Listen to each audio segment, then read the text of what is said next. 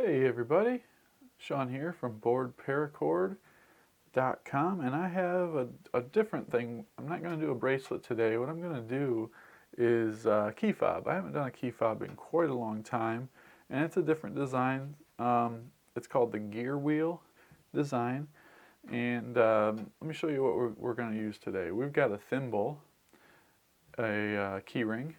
I've got here about a, I don't know, 9-10 inch piece of paracord. This is how long your key fob is going to be. So you want to make one piece the length of your key fob. So that's what that piece is for.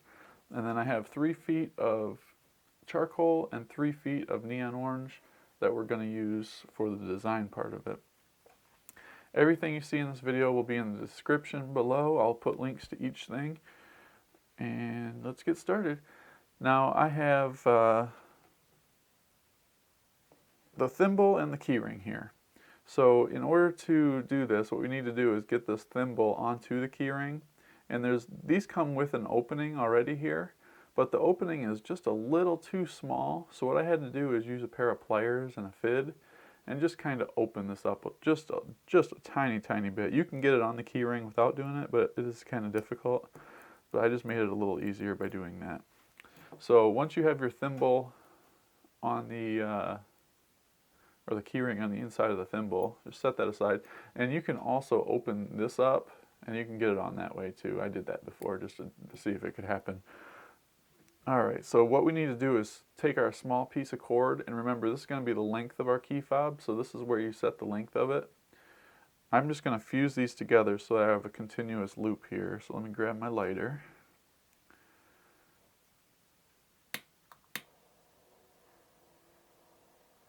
I'm just going to melt these two ends here just a little bit and fuse them together.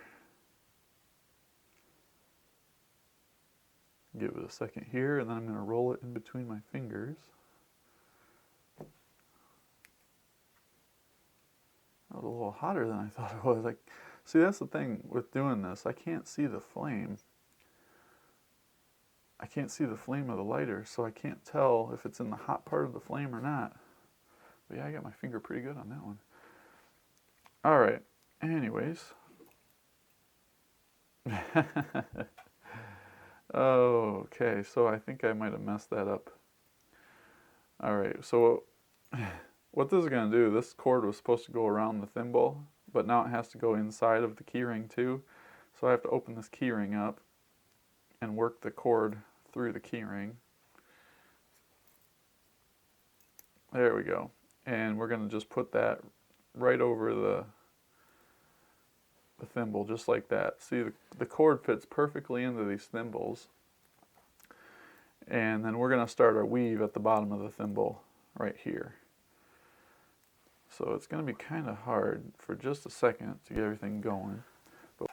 Okay, so I had to break away for a second. The neon orange that I was using, it must have been some really old paracord that I had, because it was polyester, and I haven't carried polyester cord in quite a while. And polyester and regular nylon paracord, they do not mix. They don't like each other, and they don't fuse together. And if they do come together, they don't stick very well together.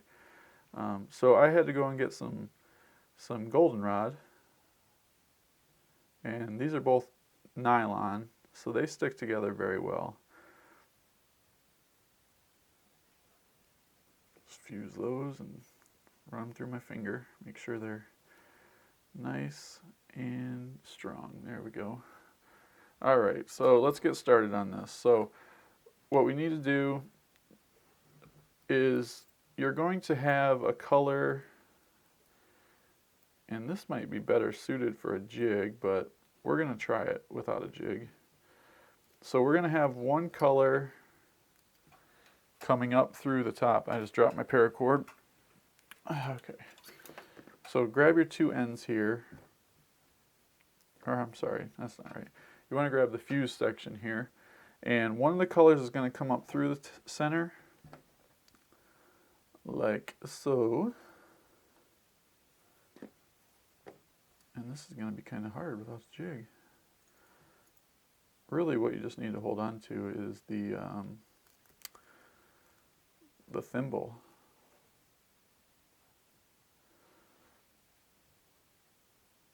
Alright, so just like a regular bracelet, we've got two center strands here, your left and your right. And we want to have our goldenrod come up through the middle, just like that, and then get it up out of the way. If you've got a jig, this is probably a lot easier with a jig. I didn't think of this, and I don't have, let's see, yeah, I don't have my jig here. So, okay, anyways, sorry. We have our goldenrod color up top and our fused charcoal coming off to the left side. Now what this charcoal is going to do is it's going to basically come off to the left and then cross over to the right.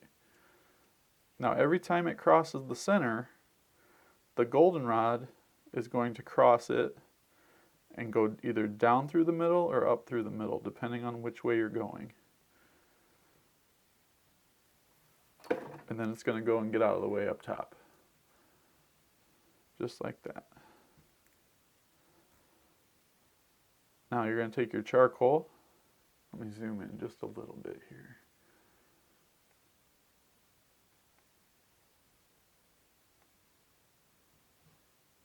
There we go. We're going to take the charcoal, cross it behind the two cords, and off to the left. So what you're really doing with this charcoal is you're just spiraling it around the two center strands. So once you have the charcoal going behind the two cords like that, you're going to take the goldenrod, get that up out of the way, and you're going to bring it through the center and up out of the way again. And then cinch it up, pull it tight.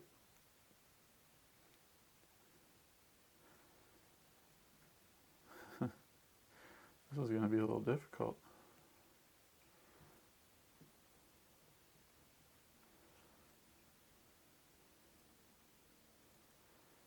Alright, there we go. And then cross again. So you're just going to keep going back and forth. The goldenrod is going to zigzag back and forth, and the charcoal is just going to do a spiral all the way around. Every time the charcoal crosses the center, the goldenrod crosses it. Loop around the back again.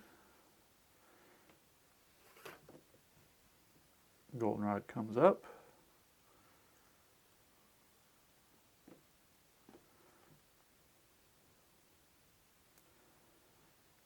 Loop around the front.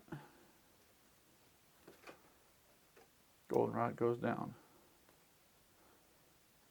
So real easy. And then we're going to have to tighten this up when we get toward the end. But you can kind of see here how the goldenrod is just snaking its way back and forth. There's really no knots involved in this.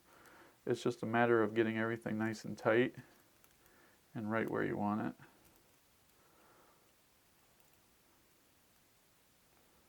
And we'll figure this out once we get down to the end here. Now if you had a jig, you could hook this, you could hook the thimble into the jig and then the end loop into the other end, and it would make it a lot simpler. It's just I'm trying to hold everything in my hands. I need one more hand. Alright, and then bring it on around. So like I said, every time that the charcoal crosses the center, the goldenrod crosses and goes down through the center. Back.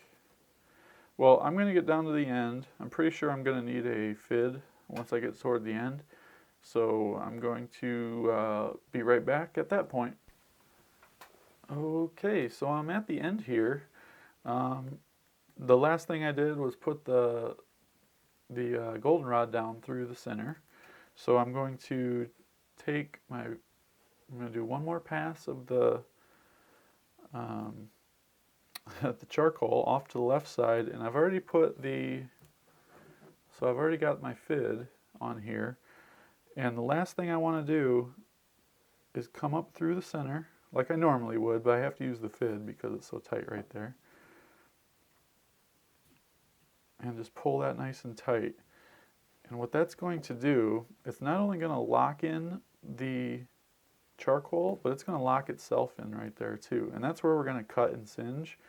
But before that, I need to go back here, and it's kind of loose. So what I want to do is just kind of tighten this up a little bit. And the way that you can do it is use a fid. And I'm going to back this up just a tiny, tiny bit. There we go. Use your fid, start at the top, and just pull some slack out. And as you can see, I've got enough in there to get my fid through there. So if you start with one color, do that. And you're just going to work this slack all the way down until you can pull it through here. It's not too hard. The fid makes it a lot easier, that's for sure. See, I have a little extra here now, and then as I go, it's going to get bigger and bigger, this loop will. And that's just going to tighten everything up, make it look nice and clean at the very end. So once I get this tightened up, I will be back to show you how to burn and singe the ends.